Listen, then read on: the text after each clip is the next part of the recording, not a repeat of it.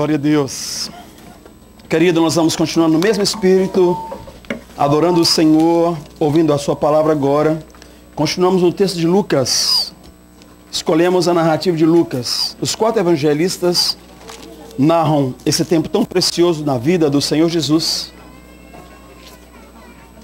gerando toda mudança na história da humanidade, mas escolhemos Lucas. Paramos a leitura do Velho Testamento para virmos a essa semana tão especial. Lucas 24, de 45 a 52, é que nós vamos ler agora nesse texto sagrado.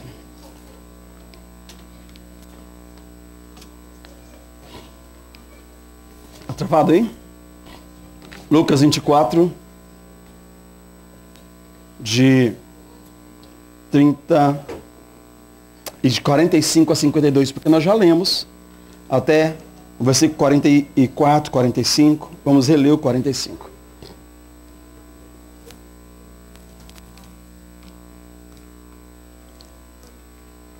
Ok?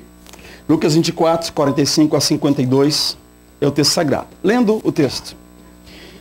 Então lhes abriu o entendimento para que pudessem compreender as Escrituras.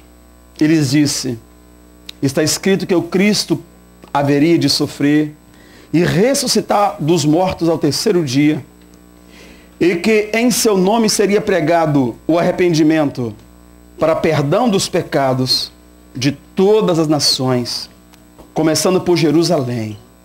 Vocês são testemunhas dessas coisas. Eu lhes envio a promessa de meu Pai, mas fiquem na cidade até serem revestidos do poder do alto. E tendo-os levado até as proximidades de Betânia, Jesus ergueu as mãos e os abençoou. Estando ainda a abençoá-los, ele os deixou e foi elevado ao céu. Então eles o adoravam e voltaram para Jerusalém com grande alegria.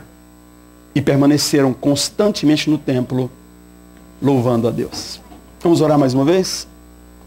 Papai, a tua palavra, que até aqui foi cantada, encenada, será agora verbalizada.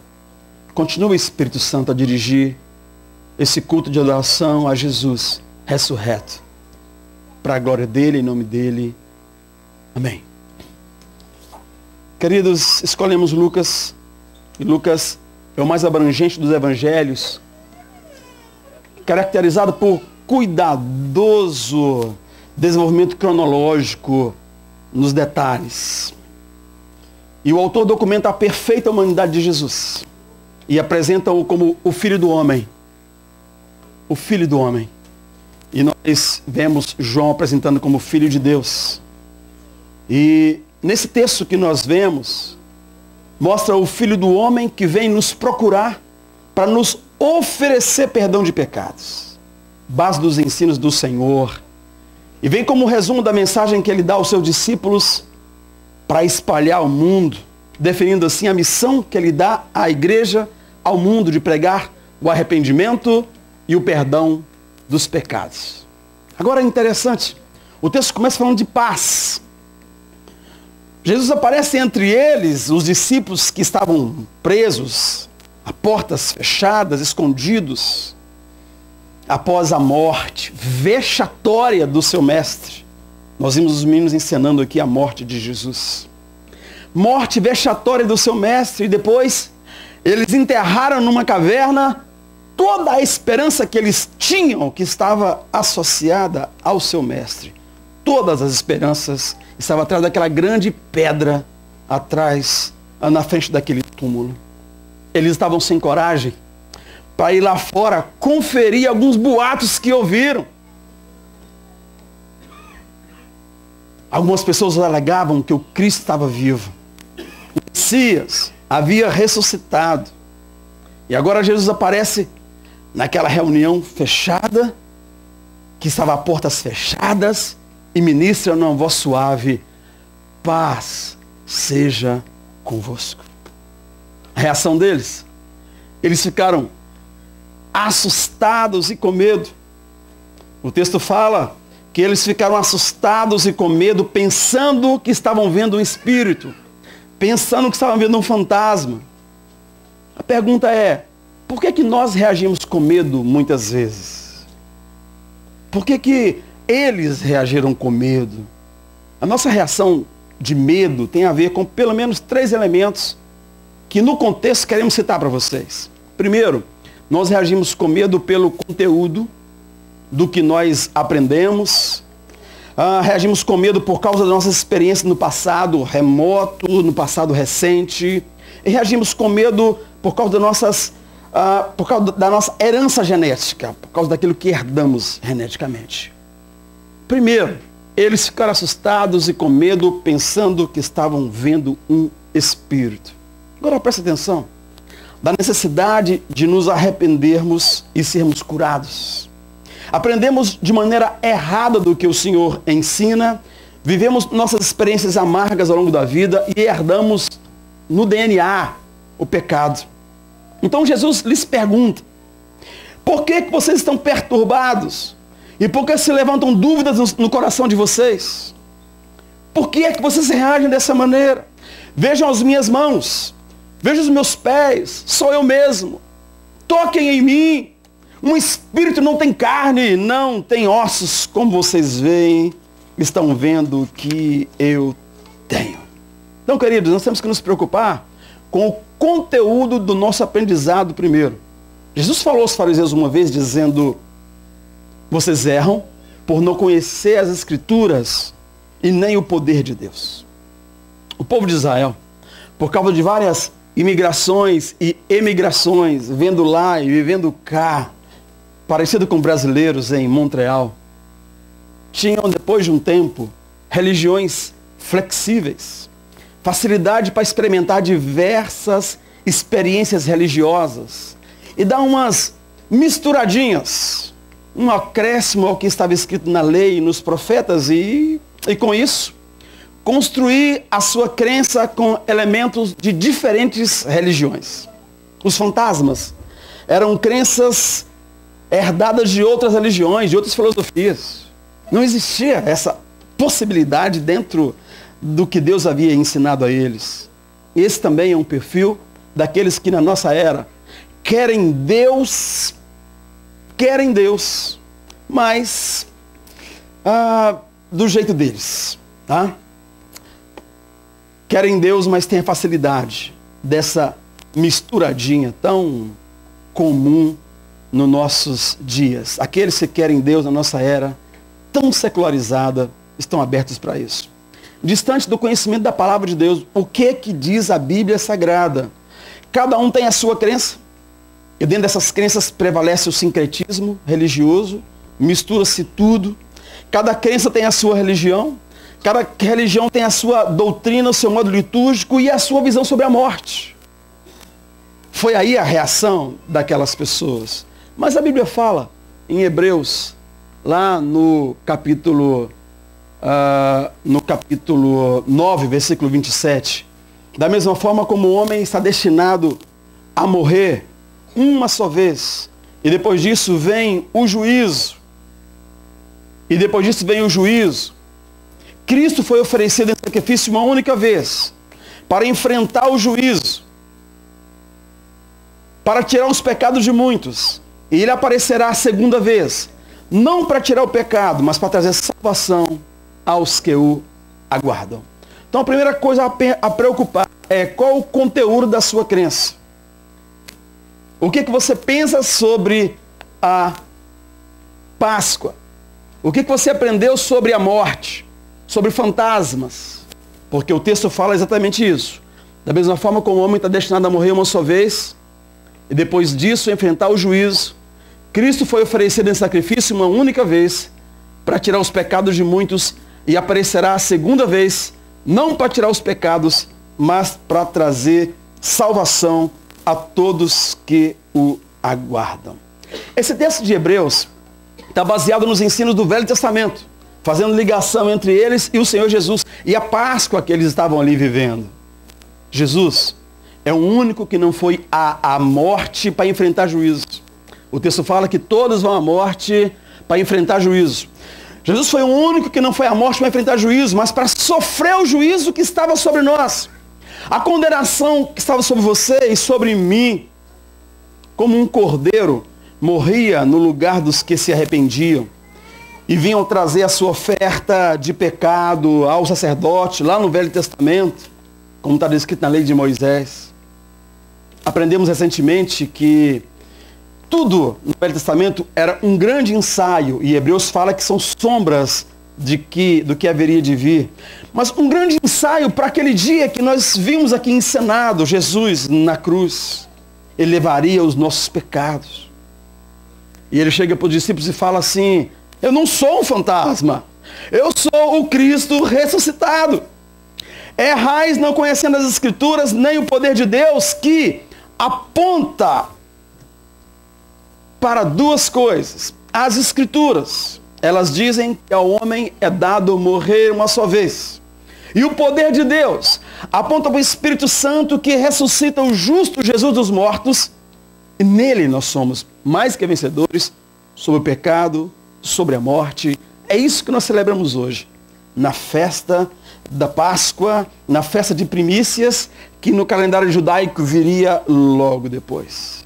Então, queridos, por que reagimos com medo? Primeiro, pelo conteúdo daquilo que aprendemos. Importa rever o nosso conteúdo, o que está no nosso coração, nossa mente, com o que está na palavra de Deus. Segundo motivo é que nós reagimos por causa da nossa experiência. A nossa experiência nos leva a reagir com tranquilidade ou com medo. E o povo de Israel vinha de muitas agressões externas. Os soldados romanos não tinham misericórdia na atuação deles, não tinham piedade. Eles se mantinham no poder pela força bruta, pela força física, já que não tinham a educação e a classe dos gregos, a quem eles tomaram o poder, né, mundial pela força. Esse era o contexto remoto. Essa é a história dos israelitas. Mas num contexto recente, a educação, no contexto recente, nos últimos dias, queridos, eles viram coisas terríveis, como nós, de alguma forma, relatamos aqui. Eles tinham visto de perto Pilatos lavando as mãos, porque não tinha encontrado no justo que estava sendo preso nenhum motivo para incriminar. Ele não pôde incriminar Jesus. Enviou Jesus a Herodes. Herodes devolveu a Pilatos. Pilatos estava sob pressão dentro de casa, porque a esposa dele tivera um sonho com Jesus e exortou-o duramente sobre o sangue daquele justo. Eu já te vi matar muita gente, mas cuidado com esse aí. Cuidado com esse aí. Eles não encontraram nenhum defeito naquele homem. Por que assinar a sua sentença de morte? Herodes não quis fazê-lo. Pilatos estava com medo de fazê-lo. Mas eles não perceberam, os discípulos não perceberam, a multidão não percebeu. É que Pilatos ali representava uma autoridade que vinha examinar um cordeiro que seria sacrificado para a salvação de muitos. Eu estou pensando na Páscoa, pensando no como é que aconteceu o processo da Páscoa. Eles, os sacerdotes que estavam ali, o escolheram para morrer. Pilatos disse: não há motivo de morte nele, mas os sacerdotes disseram: ele tem que morrer. O cordeiro da Páscoa estava sendo escolhido. A verdadeira Páscoa estava acontecendo. Eles viram, os discípulos viram o cordeiro ser imolado. Desde a quinta-feira, com a prisão do Senhor Jesus até a sua morte, no outro dia, à tarde, em volta de 15 horas da sexta-feira, ele literalmente teve pisaduras no corpo, cujas marcas agrediram os olhos do Pai. Como nós cantamos aqui, naquela encenação, é como se Deus estivesse dizendo: eu poderia resgatá-lo, eu poderia libertá-lo, eu poderia resgatá-lo, mas eu escolhi deixá-lo morrer. Porque foi assim ensaiado em milhares de anos na Páscoa. Foi assim ensaiado com milhares de cordeiros sem defeitos, escolhidos pelo sacerdote, trazidos para morrerem na Páscoa. A cada ano o cordeiro morria. O sangue prenunciaria a redenção. Que se cumpra a palavra, que se consuma a salvação. Ai, Deus fecha os seus olhos, porque seria brutal o que aconteceria ali adiante. Mas os discípulos também tinham os olhos fechados para o óbvio. Eles não viam o óbvio. E aí, os olhos são inúteis quando a mente é cega. Os olhos são inúteis quando a mente é cega. E eles tinham a mente cega pela circunstância, por um conteúdo misturado. Aquela era a verdadeira Páscoa, e o verdadeiro e único Cordeiro sem defeito, o sangue puro seria derramado para nos livrar de todo pecado. E o último elemento que eu quero dizer para vocês, além da experiência, além do conteúdo, é exatamente a nossa herança genética. O último elemento, a nossa reação de medo, como os discípulos reagiram com medo a Jesus, quando ele se apresenta a eles, é a nossa herança genética. E disso os cientistas sabem muito sobre genética. Mas estão longe da verdade, porque também tem a mente cega para o que realmente importa. E o salmista geme, sem medo de errar, dizendo, a partir da própria experiência, eis que a iniquidade fui formado, e em pecado me concebeu a minha mãe. É o grito do salmista, fazendo uma avaliação e uma declaração sobre cada um de nós. Eis que a iniquidade fui formado, e em pecado me concebeu a minha mãe. Em Gênesis, no capítulo 3, nós vemos o primeiro animal ser morto, para que com a pele dele cobrisse o casal, a humanidade, para resolver o problema de uma doença que a humanidade adquiriu. O primeiro sintoma grave dessa doença grave que a humanidade adquiriu, medo. Medo. Medo de Deus, medo da santidade. Quando o homem ouviu a presença de Deus pelo jardim, se escondeu. Começou a ter medo do futuro. Começaram a ter medo uns dos outros. Por causa do pecado, a doença recém-adquirida por livre e espontânea vontade. Eles colocaram a mão num lugar contaminado e não teve mais recurso. Por um ato de escolha da humanidade, ali representada. E a Bíblia fala que é uma atitude de egoísmo de um homem, Adão. Por causa dessa atitude de egoísmo, entrou a morte no mundo. A humanidade experimenta a morte. Mas a Bíblia fala que a atitude de amor de um homem, Jesus, trouxe a vida a todos os que creem. Adão e Eva pecaram, não foi, Chloe? Pois bem, assim como o pecado entrou no mundo por um só homem e com ele a morte, todos pecaram, queridos, e foram destituídos da glória de Deus, nos diz Romanos 3:23. E como paliativo, cordeiros foram mortos durante 1500 anos depois de Moisés. Cordeiros foram mortos exatamente para ensinar, para anunciar. Sangue passado nos umbrais das portas. Mas não era cura para a doença do Éden. Era um paliativo. Não era ainda a festa de Deus curando os homens dos seus pecados.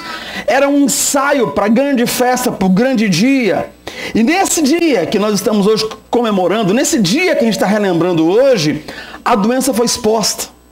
A maldade humana chega ao seu limite e eles matam o Filho de Deus. O Filho de Deus foi à cruz. O inferno, queridos, tem um minuto estranhamente confuso no misto de alegria, de revanche, mas com apreensão, porque não sabia o que viria após a morte do Filho de Deus, do Cordeiro de Deus, que tira o pecado do mundo. Eles sabiam que aquele Cordeiro era diferente dos ensaios, dos cordeiros, dos animais que morreram até ali. O livro de Hebreus é especializado nessa doença chamada pecado. E ele fala, no capítulo 9, versículo 13 e 14, ora, se o sangue de bodes e touros espalhadas sobre os que estão cerimonialmente impuros os santificavam de forma que se tornariam exteriormente puros, quanto mais o sangue de Jesus, quanto mais o sangue do Cordeiro de Deus, que pelo Espírito Eterno se ofereceu de forma imaculada, purificará a nossa consciência de atos que levam à morte, de modo que sirvamos agora ao Deus vivo. Esse texto é precioso, eu vou relê-lo.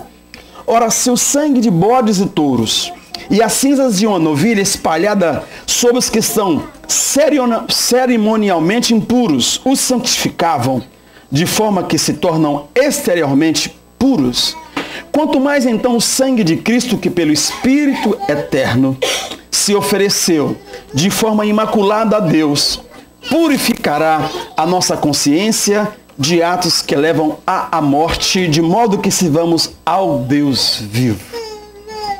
Livro de Hebreus, fazendo leitura do pecado humano, fazendo uma leitura do que Deus mostrou na Páscoa até ali e apontando para a morte do Filho de Deus.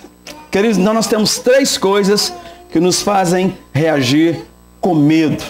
É o conteúdo que aprendemos, é o nosso DNA e também aquilo que nós temos como nossas experiências remotas e nossas experiências atuais. Mas a questão é a paz. E a paz? Como é essa paz que o Senhor Jesus chega e sopra para aqueles meninos ali naquela reunião tão pesada, tão estranha? A nossa questão nessa mensagem, então, é a paz. A paz que Jesus ministra aos seus discípulos, Ele ministra também a você e a mim nessa noite. E a Páscoa, ano após ano, rememorava e simbolizava a libertação do cativeiro do Egito, daquele povo de Israel. O início de uma nova etapa para aquela nação judaica. Mas eles, os discípulos, herdeiros dessa herança da Páscoa, ainda estavam olhando para trás. E é interessante porque o medo, o assombro e a perturbação vinha desses três elementos, porque eles estavam ainda olhando para trás. A morte, mais uma vez, os estava atormentando. Eles tinham predisposição para ver fantasmas, pelo ensino deturpado, pelas experiências do passado recente e remoto e pela disposição genética fragilizada pelo pecado. O salário do pecado é a morte, diz a Bíblia Sagrada. A morte era o fim da estrada e eles viram Jesus morrer. Eles viram Jesus dar o último suspiro. E agora a morte vem de novo, de maneira violenta e vergonhosa, roubar-lhes mais uma vez a esperança.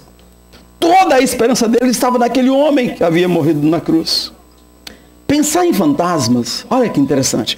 Pensar em fantasmas faz sentido porque era uma possibilidade de imaginar que alguém, por um motivo misterioso, havia conseguido vencer a morte, estava por ali, rondando. Ainda estava por ali. Esse conceito de fantasmas, de espíritos, faz sentido por medo da morte. Por uma tentativa de dizer assim, pelo menos esse fantasma ainda não foi para onde tem que ir, está por aí vencendo a morte por um pouco de tempo, mas não é o que a Bíblia ensina. Queridos, mas Deus tem mais do que isso para você, como tinha para eles. Deus tem paz verdadeira para você e para mim. Eu queria terminar te lembrando isso. No primeiro dia da semana, o mesmo capítulo mostra isso. Domingo anterior, no domingo desse dia, dessa semana terrível que eles viveram, as mulheres foram ao sepulcro. E elas foram ali para encontrar o corpo do Jesus morto. Porque elas não podiam ungí-lo na sexta-feira. Porque estava próximo ao pôr do sol, seria o sábado judeu, e elas não podiam fazer nada daquilo. Aquela atividade e ter contato com o morto, elas não podiam. Elas encontraram a pedra do sepulcro removida. E os anjos lhes anunciaram que elas estavam ainda olhando para trás, procurando entre os mortos aquele que estava vivo, procurando entre os derrotados pela morte aquele que venceu a morte, que venceu o pecado. Não foi só isso. O texto anterior ao que nós lemos conta a história de dois discípulos que decidiram abruptamente largar tudo e ir embora de Jerusalém. No caminho para Emaús, eles encontraram um desconhecido que se ajunta a eles e começa a caminhar. E começa a conversar com eles. E lhes faz ver de outra maneira todos os acontecimentos dos últimos dias. E quando eles se assentaram para comer, o forasteiro fora dar graças. E quando partiu o pão, eles não aguentaram e abriram os olhos para conferir o que estava na mente deles. Mas ele já não estava lá. Era Jesus que estava com eles. E eles não tinham ainda percebido. Era Jesus que havia ressuscitado. E eles voltaram para Jerusalém com tanta alegria. Não esperaram amanhecer, voltaram naquela noite. Com muito entusiasmo, porque o coração deles ardia enquanto o ouviam. Mas os olhos estavam cegos para vê-lo. E eles voltaram, estavam naquela reunião, conversando com os amigos sobre o que estava acontecendo, contando a experiência deles, quando Jesus chegou e disse: paz, paz. Querido, qual o segredo da paz? Segundo o texto sagrado, é o mesmo para eles, o mesmo para você e o mesmo para mim. Arrependimento. Jesus fala isso no texto sagrado. Arrependimento dos nossos pecados. Arrependimento do nosso pecado. Arrependimento de termos feito Jesus ir à cruz. Nós somos responsáveis pela morte de Jesus na cruz. Ele pediu ao Pai na quinta-feira, enquanto orava: afasta de mim esse sofrimento. Afasta de mim esse cálice. A cruz vexatória. O abandono dos amigos. O peso do meu pecado. O peso do seu pecado, o peso do pecado de toda a humanidade, sobretudo quando Deus decidiu deixá-lo morrer. O abandono por um instante na sua morte, por causa do nosso pecado. Nós precisamos nos arrepender. Nós precisamos ter um profundo sentimento de arrependimento. Arrependimento enquanto ser humano de ter tentado viver sem Deus. De ter pensado na Páscoa até aqui como uma festa dos judeus, lá longe, de outra cultura, e não como um ensaio para o sacrifício de Jesus na cruz, por causa do meu pecado, por causa do seu pecado. Nesse arrependimento, nós encontraremos perdão para os nossos pecados. E nesse arrependimento, com perdão de pecados, encontraremos a verdadeira paz. Jesus disse assim: vinde a mim, todos vós que estáis cansados e sobrecarregados, eu vos aliviarei. Tomai sobre vós o meu jugo e aprendei de mim, que sou manso e humilde de coração, e encontrareis descanso para vossas almas, porque o meu jugo é suave e o meu fardo é leve. Louvado seja o nome do Senhor. Querido, você precisa conhecer esse Jesus que te foi pregado hoje. E conhecer não é fazer um curso teológico, por mais bom que seja. Não é ler a Bíblia 100 vezes, melhor que seja. Não é ser pastor, diácono, apóstolo, missionário, um frequentador de igreja. Não é disso que a gente está falando. Não é ter um status de educado ou bonzinho socialmente para ser aceito. Pelo simples fato de ser religioso. Não é disso que a gente está falando. Conhecer Jesus é ter uma experiência pessoal com o Cordeiro de Deus que tira o pecado do mundo. Nós somos convidados a não reagir ao Cordeiro de Deus com medo, nem com religiosidade, nem com assombro, mas reagir ao Cordeiro de Deus, reagir à presença de Jesus com arrependimento, deixando lá aos pés da cruz os nossos pecados que o levaram à cruz, para nós podermos receber dele vida abundante, paz que ele tem para você e para mim. Feche seus olhos, sentadinho como você está, por favor.